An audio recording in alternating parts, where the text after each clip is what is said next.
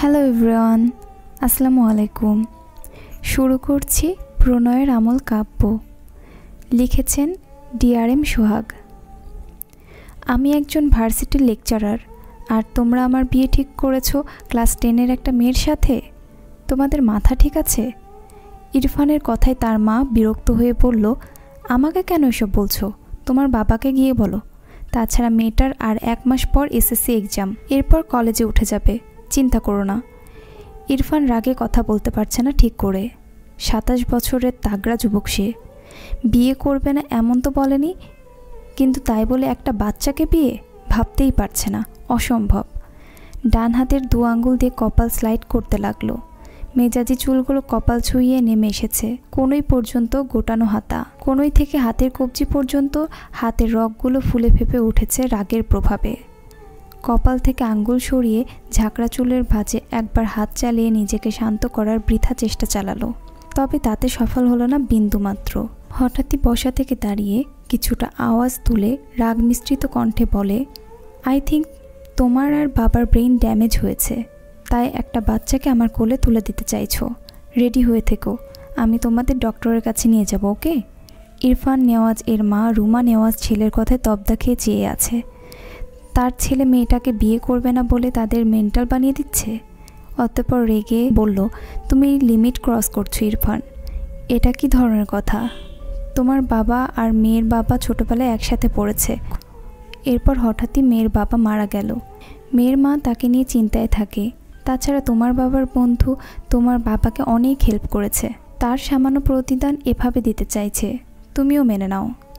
ইরফান 2 হাতে মাথার চুল টেনে বলল, উফ, বাবার ঋণ শোধ করবে তো আমাকে কেন বলির পাঠা বানাচ্ছে? যেহেতু বাবার ঋণ শোধ করতে হবে, তো বাবাই বিয়েটা করে নিক। আমি কোনো বাচ্চাকে বিয়ে করে তাকে কোলে তুলে ফিডার খাওয়াতে পারবো না, সরি। ছেলের কথায় রুমা নেওয়াজ বিস্ময়ের চোখ বড় বড় করে তাকালো। ইরফানকে ধমকে বলল, কি বলছো, বুঝে বলছো? ইরফান নিজেও থতমতো খেয়ে গিয়েছে কথাটা বলে। রাগে কি বলে ফেলেছে নিজেই বুঝতে পারেনি। মাথা নিচু করে চোখ বুজে ফোঁস করে শ্বাস ফেলল।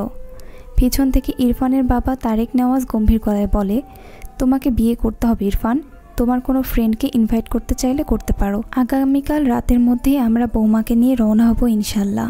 ইরফান অদ্ভুতভাবে তার বাবার দিকে তাকালো। 2 দিন হলো গ্রামে এসেছে তারা।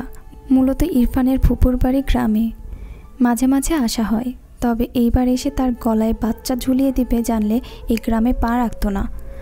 বাবার দিকে তাকিয়ে রেগে বলল, বাবা তুমি কি জানো তোমার ফ্রেন্ডের মেয়ের জন্য আমার চাকরি চলে যেতে পারে? এরপরও তুমি আমার সাথে একটা বাচ্চাকে জড়াতে চাইছো? তারেক নেওয়াজ ভাবলেন ছেলের কথা ফেলে দেওয়ার নয়, সময় নিয়ে কি যেন ভাবলেন।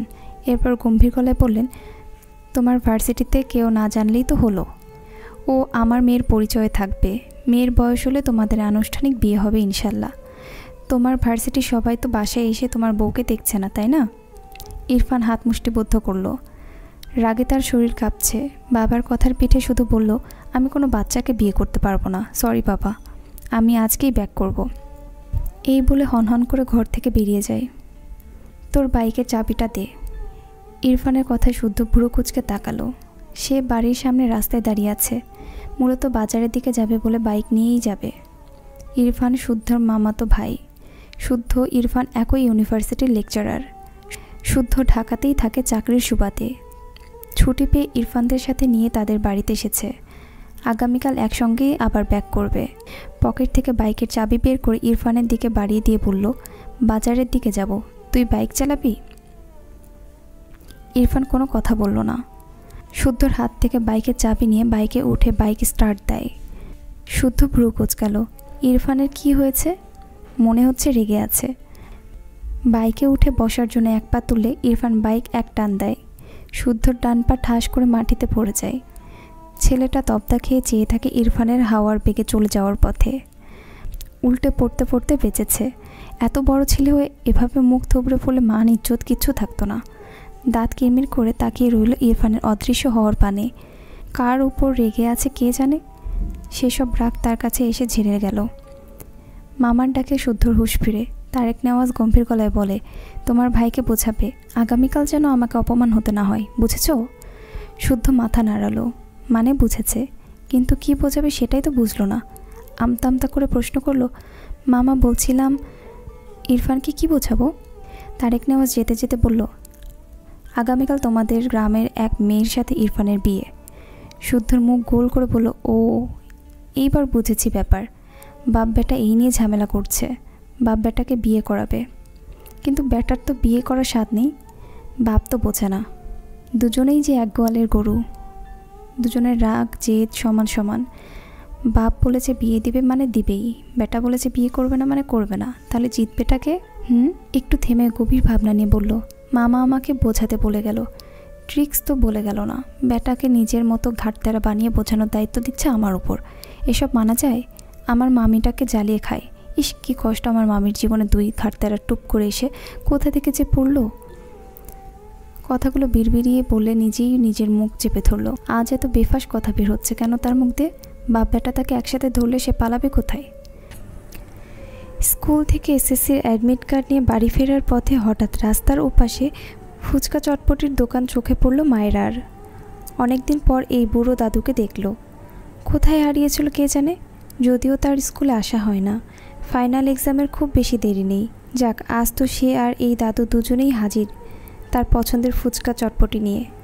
পেট পুরে খেয়ে তবেই আজ বাড়ি ফিরবে। যদিও বাড়ি গেলে তার মা তাকে আরও কিছু আপ্যায়ন করে খাওয়াবে, যা খেলে পেট ভরে না, গা ভরে যায়। মায়ের হাতের স্পেশাল খাবার, যার নাম মার ছাড়া আর কী বা হতে পারে। এসব ভাবনা আপাতত বাদ রাখলো। ফুচকার দিকে তাকিয়ে জিভে জল চলে আসলো। কার্টুনের মতো জিভ বের করে শব্দ করতে ইচ্ছে করলো, কিন্তু এটা তো রাস্তা। এসব বাদ দিয়ে রাস্তার ওপাশে যাওয়ার জন্য দ্রুত কদম ফেলে দৌড় লাগালো। রাস্তার মাঝ বরাবর গেলে হঠাৎ দ্রুতগামী একটি বাইক দ্রুততার সাথে ব্রেক কষল রাস্তার মাঝে সাদা হিজাব পরিহিত এক রমণীকে দেখে। মায়েরা বাইকের শব্দ পেয়ে ডান দিকে ফিরে তাকালে তার চোখ বড় বড় হয়ে যায়। বাইকের সামনে চাকা মায়েরার পায়ের সাথে লাগলে মেয়েটা ধপাস করে উপর হয়ে পড়ে যায় পিচ ঢালা রাস্তার উপর। ঠিক যেমন ছোটবেলার বাচ্চারা দৌড়াদৌড়ি খেলতে গিয়ে উপর হয়ে পড়ে। বাইকে বসা ছেলেটি মেয়েটির উপর বাইক চালিয়ে দেওয়া থেকে রোধ করতে পারলেও মায়েরার পায়ের সাথে হালকা বেঁধে যায় বাইকের সামনের চাকা। ডান পায়ের গিটার একটু উপরে চাকা দ্বারা বাড়ি খেয়ে মায়েরা কুঁকড়ে উঠল। ব্যথায় চোখ মুখ কুঁচকে নিল। পেটে হালকা চাপ পড়ায় মৃদু স্বরে আর্তনাদ করে উঠল। আজ বোধহয় তার উপরে যাওয়ার টিকিট কাটা হয়েই গেছে। মনে মনে আওড়ালো, লা ইলাহা ইল্লাল্লাহু। একটু পর নিজের দিকে খেয়াল করে দেখল, না, সে বেঁচে আছে। মনে মনে আলহামদুলিল্লাহ পড়ল। রাস্তা পিচের হওয়া বেশ ভালোই ব্যথা পেয়েছে। দুই হাঁটু বোধহয় ছিলে গেছে, যেখানটায় চাকা লেগেছে সেখানে বোধহয় কেটে গিয়েছে। ব্যথায় আঁখি পড়ল পানিতে ভরে উঠেছে, যেন টোকা দিলেই টপাটপ পানি ঝরবে। মায়েরা ধীরে ধীরে ওঠার চেষ্টা করলো। দুই হাতের তালু জ্বলছে। ইরফান বাইক থেকে নেমে দ্রুত পায়ে মায়েরার নিকট এসে দাঁড়ালো। অতঃপর গম্ভীর কণ্ঠে বলল, হেই, আর ইউ ওকে? ততক্ষণে মায়েরা বেশ কষ্ট করে উঠে সোজা হয়ে বসেছে। দাঁড়াতে পারবে কিনা তাই নিয়ে দ্বিধায় ভুগছে। ইরফানের কথার কোনো উত্তর করল না। এই বেয়াদব লোকটার জন্যই তার এই অবস্থা। ধীরে ধীরে ওঠার চেষ্টা করছে মায়েরা। অর্ধেক দাঁড়িয়েও পায়ের সাথে বড় হিজাব বেঁধে আবারও ঠাস করে পড়ে যায়। মায়েরা মুখে অসহায়ত্ব ফুটে উঠেছে। কোমরে কত ব্যথা পেল। ইরফানের চোখে মুখে বিরক্তির ছাপ স্পষ্ট। রাগ এবং অহমিকা সত্ত্বেও সে মেয়েটিকে যেচে প্রশ্ন করল, কিন্তু মেয়েটি কোনো উত্তর দিল না। ইরফানের মনের মধ্যে এক অদম্য ক্ষোভ জেগে উঠল, যেন মুহূর্তে সে মেয়েটির মুখে একটি থাপ্পড় দিতে পারলে শান্তি পেত। মায়েরা ভাবছে এই লোকটা যাচ্ছে না কেন। ভাবনার মাঝে তার সামনে একটা হাত নিজের দিকে এগিয়ে আসতে দেখে মায়েরা ভীত হয়। এই লোক তাকে ধরতে আসছে কেন? তার দিকে এভাবে হাত এগিয়ে আনছে কেন? রেগে গেল মেয়েটা। ভয়কে তাড়িয়ে ছেলেটার বাড়ানো হাতের দিকে দৃষ্টি রেখে কণ্ঠে ঝাঁজ নিয়ে বলল, একদম আমাকে ছোবেন না। মেয়েদের ছোঁয়ার অভ্যাস নিয়ে বাইরে বের হন কেন? অসহ্য লোক, যত সব। ইরফান বাইক থেকে নেমে আসলে তার পকেট থেকে বাইকের চাবিটা রাস্তায় পড়ে যায়। সেটা তুলতেই হাত বাড়িয়েছিল, কিন্তু মায়েরার কথা শুনে তার হাত থেমে যায়। অর্ধেক উপর হয়ে শক্ত চোখে একবার মায়েরার দিকে তাকায়। ইচ্ছে করছে এই মেয়েকে থাপড়িয়ে গাল লাল করে দিতে। এমনিতেই তার বাবা মা এক বাচ্চাকে গলায় ঝুলিয়ে দিতে চাইছে বলে তার মাথা ঠিক নেই। মাথা ঠান্ডা করতে বের হলো, এখানে আরেক বাচ্চা এসে জুটল। আবার তাকে ভুলভাল পদবি দিচ্ছে। রাগে মাথা ফেটে যাচ্ছে। শক্ত মুখায়বের গম্ভীর চাহনির যুবকটি দাঁতে দাঁত চেপে আওড়ায়, ইডিয়েট। এরপর রাস্তায় পড়ে থাকা চাবিটা তুলে নিল।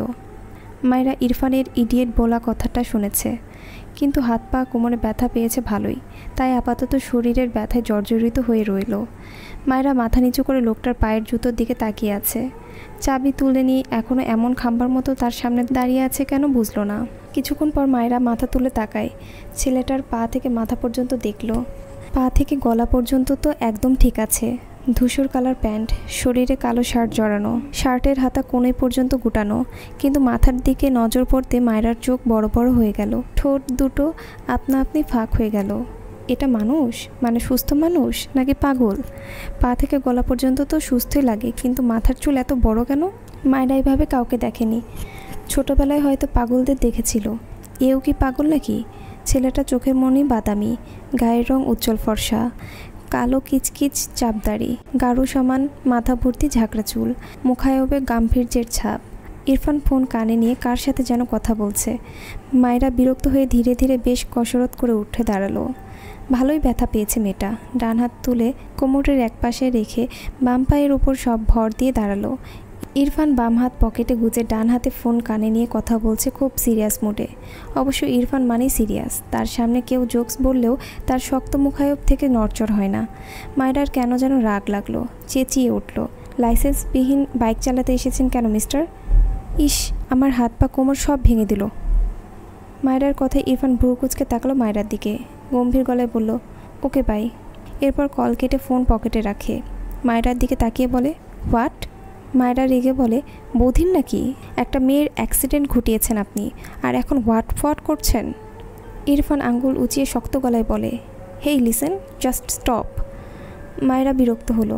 বাদামি চোখের মণি, চাপদাড়ি, জঙ্গলিদের মতো ঘাট সমান বড় বড় ঝাঁকড়া চুলওয়ালা ছেলেটা ইংরেজদের মতো শুধু ইংলিশ ছাড়ছে।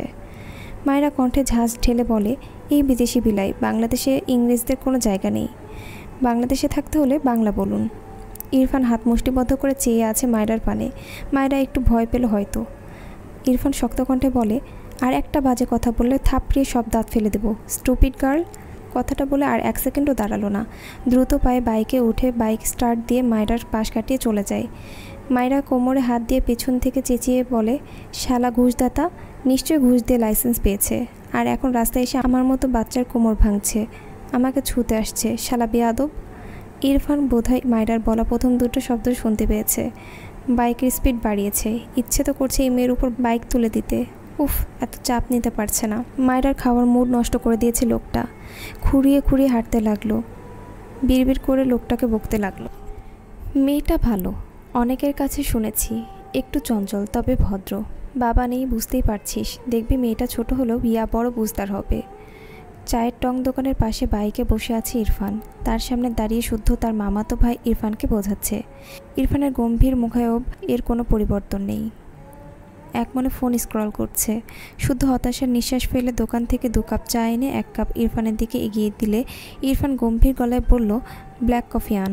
শুদ্ধ ভ্রু কুঁচকে বলল, এই গ্রামে তোর জমিদারি ব্ল্যাক কফি কোথা থেকে আমদানি করব? এটা দিয়ে চালিয়ে নে। ইরফান কিছু বলল না। শুদ্ধ বুঝলো এ খাবে না। নিজেই 2 কাপ চা সাবার করলো দাঁড়িয়ে দাঁড়িয়ে। এরপর কাপ দুটো রেখে এসে বলল, বলছিলাম বিয়ে তো হবেই, মেয়েটাও বাচ্চা, তুই চুলগুলো এবার না হয় কেটেই ফেল, নয়তো বাচ্চাটা ভয় পাবে। ইরফান কথাটা শুনেই শক্ত চোখে শুদ্ধর দিকে তাকালো। রাতের অন্ধকারে চায়ের দোকানের মৃদুভাব আলো ইরফানের মুখে এসে পড়েছে। শুদ্ধ দেখল ইরফান তার দিকে খেয়ে ফেলা চোখে তাকিয়ে আছে। শুদ্ধ মেকি হেসে বলল, মিস্টেক, তোকে তামিল মুভির নায়কদের মতো লাগছে রে। বাচ্চাটা তোকে দেখে কে রাশ খাবে? সত্যি বলছি। ইরফান তার ডান হাতে শুদ্ধর কলার ধরে মেজাজি গলায় বলে, আমি কোনো বাচ্চাকে বিয়ে করব না, আর একটা বাড়তি কথা বললে তোর গ্রামেই তোকে বালি চাপা দিয়ে দিব। শুদ্ধ ইনোসেন্ট ফেস বানিয়ে বলে, ওকে আমার কলার ছাড়, তোকে বিয়ে করতে হবে না। ইরফান শুদ্ধর কলার থেকে হাত সরিয়ে বাইকের দুপাশে পা দিয়ে বসে টান দিয়ে চলে গেল। শুদ্ধ বিরক্ত হলো, এ আবার কই যায়? ইরফান কবুল বলে উঠে দাঁড়ালো। অতিরিক্ত রাগে তার পুরো শরীর থেকে যেন ধোঁয়া বের হচ্ছে। সে গাড়ি নিয়ে প্রায় অর্ধেক রাস্তা চলে গিয়েছিল। তার মা নাকি অসুস্থ হয়ে গিয়েছে, এসে দেখেছে সত্যিই অসুস্থ হয়ে গিয়েছে, প্রেশার ফল করেছিল। কিন্তু এভাবে তাকে বিয়ে করানোর জন্য তার বাবা মা এমন উঠে পড়ে লেগেছে কেন বুঝল না। বিয়ে করিয়েই ছাড়ল। এইখানে বেশিক্ষণ থাকলে একটা অঘটন ঘটবে। কোনো দিকে তাকালো না, হনহন করে বাড়ি থেকে বেরিয়ে গেল। তারেক নেওয়াজ ও রুমা নেওয়াজ ছেলের ব্যবহারে বেশ বিব্রত বোধ করলেন। মায়রার মা ভ্রু কুঁচকে তাকায়। ছেলেটা তার সাথে একবারও কথা বলল না। তিনি কি ভুল করলেন? তারেক নেওয়াজের দিকে চোখ পড়তেই এসব ভাবনা দূর হয়ে গেল। লোকটা তার প্রাক্তন স্বামীর বন্ধু কম ভাই বেশি। তার মেয়ে এই লোকটার বাড়ির বউ এখন। সেও চিন্তামুক্ত। মেয়েটাকে নিয়ে ভীষণ দুশ্চিন্তায় ছিলেন। মায়েরা কাঁদতে কাঁদতে চোখ মুখ ফুলিয়ে ফেলেছে। তার মা তাকে এত তাড়াতাড়ি কেন বিয়ে দিল? তার বাবা নেই তাই বলে সে এতটাই বেশি হয়ে গেল? এসএসসি পরীক্ষাটা পর্যন্ত দিতে দিল না, তাকে বিদেয় করিয়েই ছাড়লো। তার বোনদের থেকে শুনেছে তার বর তার থেকে অনেক বড়। তার মা তার সাথে এমনটা কী করে করতে পারলো? নিজের বাবা নেই বলে বুড়োর সাথে বিয়ে দিয়ে দিবে? ভাবনার মাঝেই মায়রার মা মায়রার ঘরে এসে মেয়ের মাথায় হাত বুলায়। মায়রা ফুপিয়ে ওঠে। মোহনা বেগম মেয়ের মাথায় চুমু খেয়ে বলেন, আমি তোর মা, খারাপ চাই না তোর দায়িত্বটা কারো হাতে দিয়ে আমি এবার নিশ্চিন্ত হলাম। ও বাড়ি গিয়ে আমার মান রাখবি কেমন? সবার সাথে মিলেমিশে থাকবি। তোর সুখী মুখটা দেখতে চাই, তাই এই বিয়েটা মেনে মন দিয়ে সংসার করবি কেমন? মায়েরা চোখ থেকে টুপটুপ করে জল গড়িয়ে পড়ে, ভাঙা গলায় মাথা নিচু করে আওড়ায়। আমার নিজের আব্বু বেঁচে থাকলে আজ এই দিন দেখতে হতো না, তাই না মা? সৎ আব্বুরা বুঝি মেয়েদের তাড়ানোর জন্য এইভাবে উঠে পড়ে লাগে? মায়েরার মা কিছু বলতে পারলেন না। মায়েরা নাক টেনে বলল, চিন্তা করো না মা, আমি আর তোমার সংসারে ঝামেলা বাড়াবো না, তোমরা ভালো থেকো। কথাটা বলে নিজেই বেরিয়ে গেল। মায়েরার মা ছলছল দৃষ্টিতে চেয়ে রইল মায়েরার দিকে। মায়েরার বাবা মারা যাওয়ার 2 বছরের মাথায় তাকে আবারও বিয়ে দিয়ে দেয় তার বাসা থেকে। মায়েরা তখন ক্লাস 4-এ পড়ে। বিয়ের আগে সে বলেছিল তার একটি মেয়ে আছে। প্রথম ভালোই চলছিল, কিন্তু যতদিন যেতে লাগলো তার স্বামীর যেন মায়েরার প্রতি বিরক্তির মাত্রা বাড়তে লাগলো। মায়েরাকে সে ভালো রাখতে পারেনি মা হয়েও। এখন মেয়ের একটু সুখের আশায় মেয়েটাকে ভালো ফ্যামিলির হাতে তুলে দিতে পেরে হাজার কষ্টের মাঝেও ভালো লাগলো। অন্তত এই বাসায় মায়েরা যেভাবে থেকেছে এর চেয়ে তো ভালো থাকবে। মা হয়ে আর কিই বা চাই মেয়ের জন্য? আমাকে ব্ল্যাকমেইল করে বিয়ে করিয়েছো, ভালো কথা, তবে এর সাথে সংসারটা আমি করতে পারবো না, এটা মাথায় রেখো। বিয়ে করিয়ে ছেলের বউ পেয়েছো, এবার তোমরা দুজনেই ওর সাথে সংসার করো বসে বসে। এই বাচ্চাকে যেন আমার আশেপাশে না দেখি। আই রিপিট, ওকে আমার আশেপাশে যেন না দেখি। কথাগুলো বলেই হনহন করে নিজের রুমে গিয়ে ঠাস করে দরজা লাগিয়ে দিল ইরফান নেওয়াজ। রুমা নেওয়াজ, তারেক নেওয়াজ দুজনেই হতভম্ব চোখে চেয়ে রইল তাদের ছেলের পানে।